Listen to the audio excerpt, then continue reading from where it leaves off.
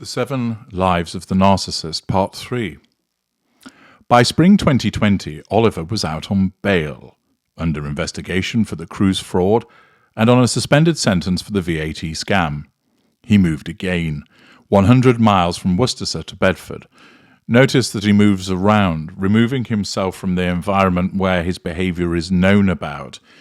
Thus, his narcissism recognises that if he stays in that environment, it's effectively tainted, so that he would face repeated threats to control because people know that he's a scam artist. So he moves 100 miles away. This time, he moves to Bedford.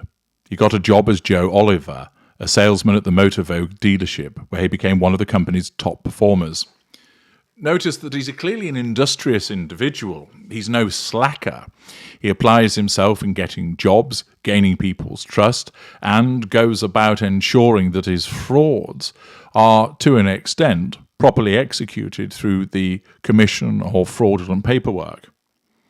He's also very good at selling and gaining people's trust, which again points to the fact that it's evident that he's got a degree of charisma, and he knows instinctively what to say to gain people's trust.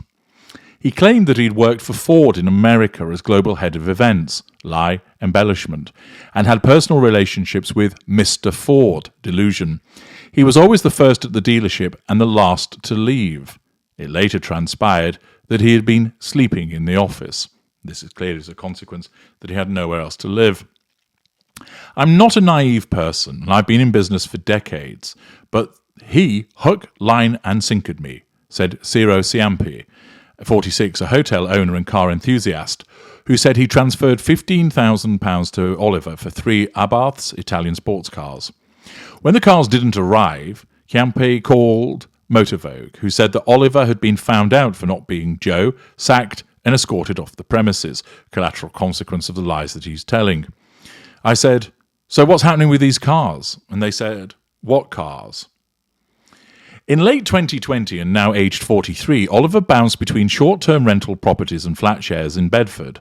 He began introducing himself as John Oliver, a 37-year-old British Airways pilot, lying about his age, whose flights were still grounded because of COVID, lying about being a pilot. BA said that he never worked for the airline. He met Liam Britton, a 27-year-old barber, on the gay dating app Grindr, use of hunting ground. Oliver showered Britton, love bombing, with hundreds of pounds worth of gifts, bribery, piled up on the coffee table, designer clothes, chocolates and expensive underwear. On Valentine's Day, Oliver proposed. Oliver told Britton that his parents had disowned him after he came out as gay. Pity play, lie, and that his grandmother, landed gentry, took pity on him and left him £30 million in her will. Lie, exaggeration. Oliver's real grandmother owned a small haberdashery in Knighton. It was big emotions from early on in the relationship. It was intense, said Britton, echoing, of course, the words of many victims taken in by a narcissist. Oliver embedded himself in Britton's life, socialising in Bedford with his family and friends, spending Christmases with them, giving them perfume and champagne, bribery, assertion of control. He wore expensive clothes and a British Airways uniform. He even offered to buy Britton's mother Christine her own house in Bedford. Britton's sister Danielle said John was everything you could ever have wished for your brother. Oliver set up an Instagram account called @CaptainJohn83. It read, "Happiest when I'm with my better half or at 41,000 feet, ideally both. Love theatre and everyone in it. #BeKind. Use of social media for the purposes of assertion of control." Oliver told Britton's elderly relatives he could get them cheap British Airways holidays and tickets to the 2021 British Grand Prix at Silverstone. They are thought to have spent £7,000 on 4 VIP tickets, but when they arrived at the circuit, there were no tickets. They waited for hours by the entrance until Oliver called to say that it was he who had been scammed. Lie, blame shifting. The 4 pensioners drove back to Bedford. The Britton family began to get suspicious. Oliver never seemed to work and didn't have a fixed address, but as far as Liam was concerned, John was the sun, the moon, the stars, the world, said Christine, clearly showing the emotional thinking of that individual who'd been ensnared by this narcissist. At around the same time as the Formula One scam, Oliver and Britton started spending more time in London. Oliver said he was renovating a £10.5 million house in Notting Hill he had bought. Lie, grandiosity, exaggeration. He showed land registry documents, but they were fake. Oliver took Britton to a gay bar in Soho, where he said he knew the owner. Oliver quickly began making friends, spending upwards of £400 a night in the bar, tipping hundreds more in cash. Grandiosity, flamboyance, bribe. He soon established a friendship with a wealthy couple and their glamorous friends. Oliver took them for lunches at J. Shiki in Covent Garden and for cocktails at Sexy Fish, insisting that he pay for everything: financial largesse, generosity, assertion of control. One morning, he went to H.R. Owen, a garage in Mayfair, and designed a 4x4 Rolls-Royce costing £380,000. He told Britton that their wedding at the top of the Shard was planned and paid for. They had their bespoke suits fitted at a high-end tailor.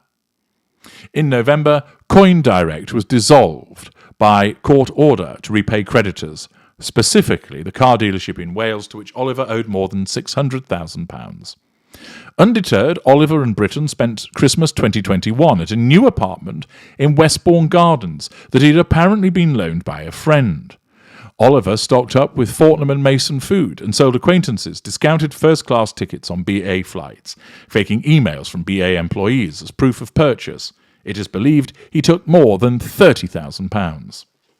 By now, though, some of his new friends were getting suspicious.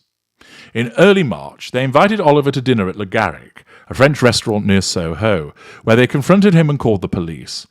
According to those present, and this gets even better, Oliver said that Jody was his evil twin brother from whom he was estranged, and when the police arrived, he gave his name as Jonathan Flynn Oliver, British Airways pilot. He was released without arrest. Nobody in Soho saw him again. Assertion of control by withdrawal, telling lies. Oliver left London with Britton the following morning, renting a caravan in Whitstable for 2 months. By now, Britton was suspicious. Oliver showed him bank statements showing a balance of £1,628,040, with the BA monthly salary of £9,544. A scan of his passport reading Jonathan Flynn Oliver, and texts from his twin brother. He also began to pretend he had cancer in his leg and spine, use of ill health to manipulate, pity play. The couple moved back to Bedford, so Britton's relatives could nurse him. In August, Oliver said he was popping out, and never came back. Disengagement. Britton called the hospitals, then the police, and slowly found out that his fiancé, John Oliver, did not exist at all. "I should have left and got help ages ago," Oliver wrote to Britton in an email sent hours after walking out the door, hoovering. He had gone to the police station where he was taken to court in Cardiff and from there prison. Oliver continued, "I don't even know who I am, and I can't live like this. I may have come out with oceans of nonsense, but I do know that whichever person I am from day to day, I have always loved you." Unfortunately for the recipient, although he might think that's genuine, it's not. It's just another manipulation. Today, Britton is struggling to recover. He tried to take his own life and spent a month in a psychiatric hospital. "I couldn't see a life without him," he said. "I lie in bed questioning every single thing he told me, whether it was true. I don't even know what universe I'm living in anymore." An all too common response of the victim of a narcissist. In August last year, Oliver was jailed for 6 years and 1 month for the cruise fraud. He also pleaded guilty to missing a court date. The investigations continued, and in May, Oliver pleaded guilty to 17 charges of fraud and theft carried out during his time as a car salesman in Worcester, and a further charge relating to his father-in-law. He will be in prison until 2026. At the sentencing hearing last month, the judge called Oliver a devious and thoroughly dishonest character who will stop at nothing to defraud others, and said that his letter to the court, which did not mention his ex-wife, children or former partners, was nothing but the narcissist outpouring of a fraudster. The fact that he doesn't make mention of his ex-wife or his children or his former partners shows how self-absorbed he is and how he doesn't care about anybody but himself. "It's all about you," said Judge Jenkins. "Until you recognise that fact, which you do not, you will continue to be what you are, a fraud." Most of the victims are still out of pocket. In May, Oliver was ordered by a judge to compensate those who he scammed. The court seized all his assets, £351. An extraordinary tale of a narcissist showing so many aspects of the behavior of a narcissist through sense of entitlement, lack of emotional empathy, lack of accountability, grandiosity, haughtiness, magical thinking, an array of different manipulations, poor boundary recognition, and of course various aspects of the narcissistic dynamic. His cadre is very clear, somatic. He's obsessed with portraying a particular lifestyle, lying about being wealthy, lying about doing a glamorous job, being a pilot, lavishing people with gifts, evidently was hypersexualized, shown by his sexual fluidity and the numerous sexual partners that he had. And of course, this is but a sliver of his life that we have learned about. What school might he be? Well, we haven't done an in-depth examination by going back and looking at his childhood, nor finding out more about where he went to school and so forth. It's safe to say that although there does appear to be an element of planning in what he's done, he's not a greater. The reason being is he was caught all too easily. Furthermore, he would, in essence, commit errors which would result in collateral consequences and causing him to have to move on. He does have a considerable amount of charisma to have taken the people in that he did, and clearly operated a facade. Therefore, we would exclude lesser. He was too sophisticated for lesser. You might think possibly upper lesser type A, but he lacked, although he's a superficial individual, he isn't so superficial as an upper lesser type A would be. He doesn't have the domineering nature or bullying aspect you would find with upper lesser type B. And his fraudulent behavior was far too successful for that of a lower lesser or middle lesser, and, of course, he would work.